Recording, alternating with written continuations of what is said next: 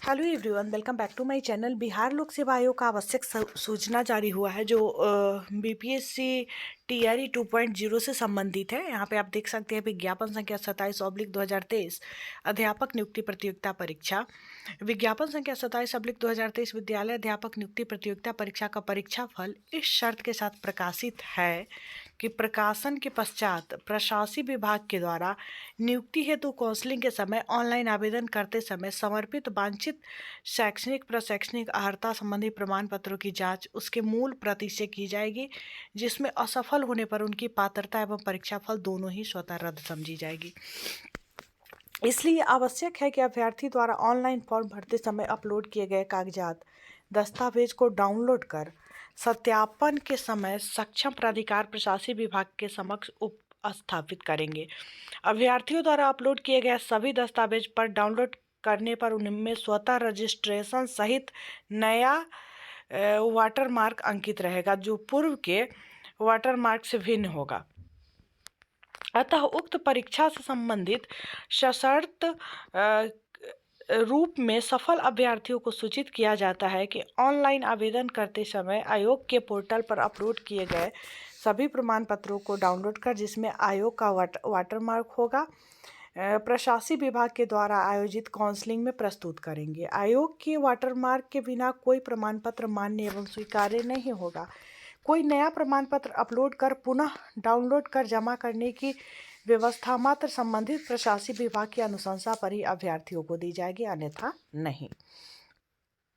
अभ्यर्थियों के स्वास्थ्य दिव्यांगता आरक्षण से संबंधित प्रमाण पत्रों की जांच प्रशासनिक विभाग द्वारा कराई जाएगी। सभी दिव्यांग अभ्यर्थी को दिव्यांगता की जांच अनिवार्य रूप से सक्षम medical college hospital IGIMS AIIMS से कराई जाएगी, चाहे वे दिव्यांगता का लाभ लिए बिना ही गुणागुण के आधार पर ही क्यों नहीं सफल घोषित हो जाते हैं। ऐसा इसलिए आवश्यक है क्योंकि उन्हें दिव्यांगता के आधार पर ही परीक्षा में अतिरिक्त समय का लाभ दिया गया है।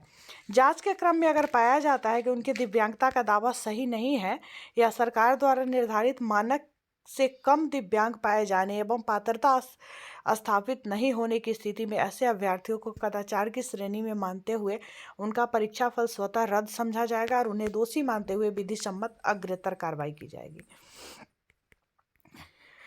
इसके बाद किस तरीके से कट ऑफ जारी होगा और जो कट ऑफ बनाया जाएगा उसमें जो है उसका टाई ब्रेकर का प्रयोग कैसे किया जाएगा, ये सब इसमें मतलब सब कुछ क्लियर किया गया है कि किस तरीके से बनाया जाएगा। और कार्मिक एवं प्रशासनिक सुधार कट ऑफ का चर्चा यहाँ पे किया गया है।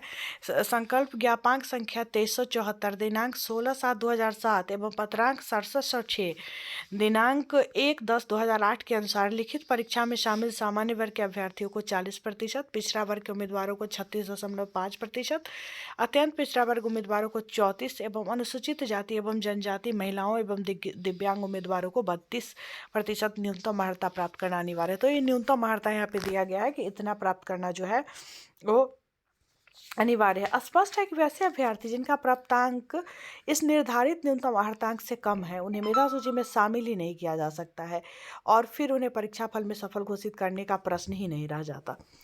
ध्यातव्य है कि आरक्षण नियमानुसार मेधा क्रम में सर्वप्रथम अनारक्षित कोटि की रिक्ति भरी जाती है। अतः सभी अनारक्षित कोटि की रिक्ति अधिक हो और आरक्षित कोटि के योग्य अभ्यर्थियों की संख्या कम हो तो संभव है कि सभी आरक्षित कोटि के योग्य अभ्यर्थी अनारक्षित कोटि के रिक्ति के विरुद्ध सफल घोषित हो जाते हैं। ऐसी स्थिति में अनारक्षित कोटि की रिक्ति खाली रह जाएगी और इस कारण उसमें कोई कट ऑफ नहीं हो सकेगा, अर्थात NA रहेगा।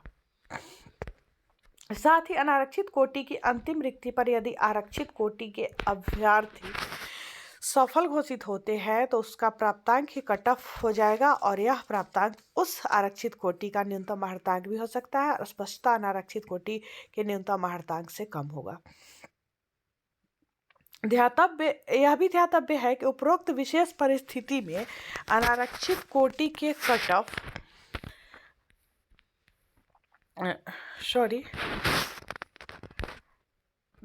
आरक्षण नियमानुसार मेधा क्रम में सर्वप्रथम अनारक्षित कोटि के द्वारा भरा जाएगा, ये था।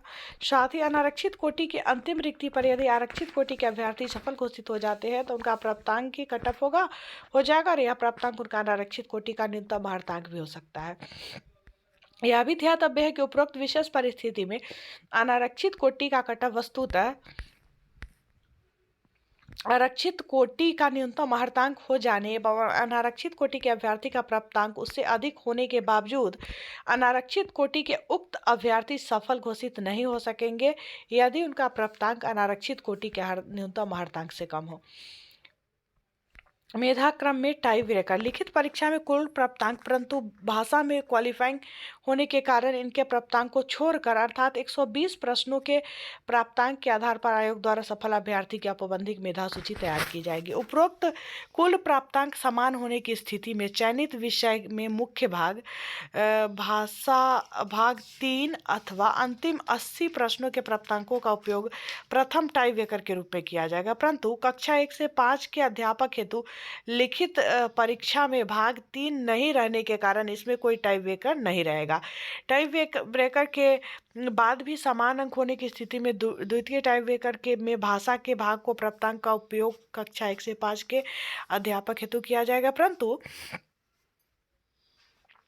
तो ये जो है इस तरीके से इसका प्रयोग किया जाएगा मेरिट कट ऑफ बनाने में।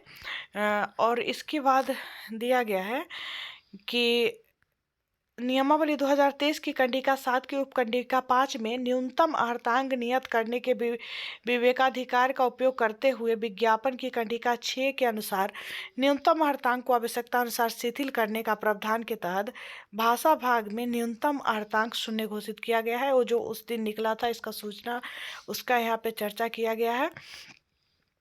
टाई ब्रेकर 3 और 4 के रूप में क्रमशः अभ्यर्थी का उम्र एवं देवनागरी लिपि में वर्णमाला के अनुसार उनके नाम को वरीयता दी गई है। इसके बाद है अन्य महत्वपूर्ण प्रावधान एवं शर्तें। यहाँ पे NIOS डीएलएड का चर्चा किया गया है कि माननीय सर्वोच्च न्यायालय के द्वारा जो 28/11/2023 को न्यायादेश पारित हुआ है कि खुला जो NIOS है national institute of open schooling NIOS के द्वारा खुला एवं दूरस्थ शिक्षा के माध्यम से प्राथमिक शिक्षा में 18 महीने का डिप्लोमा की मान्यता समाप्त की गई है। तो ये चीज़ यहाँ पे क्लियर कर दिया गया है कि NIOS डीएलएड अब मान्य नहीं रहेगा। ठीक है। इसके बाद दिया गया है कि लास्ट में आप देख सकते हैं कि फिर भी यदि इससे संबंधित किसी अन्य मामले में माननीय सर्वोच्च न्यायालय अथवा सक्षम न्यायालय या का अन्यथा आदेश पारित होता है तो उसके फलाफल से परीक्षाफल प्रभावित होगा।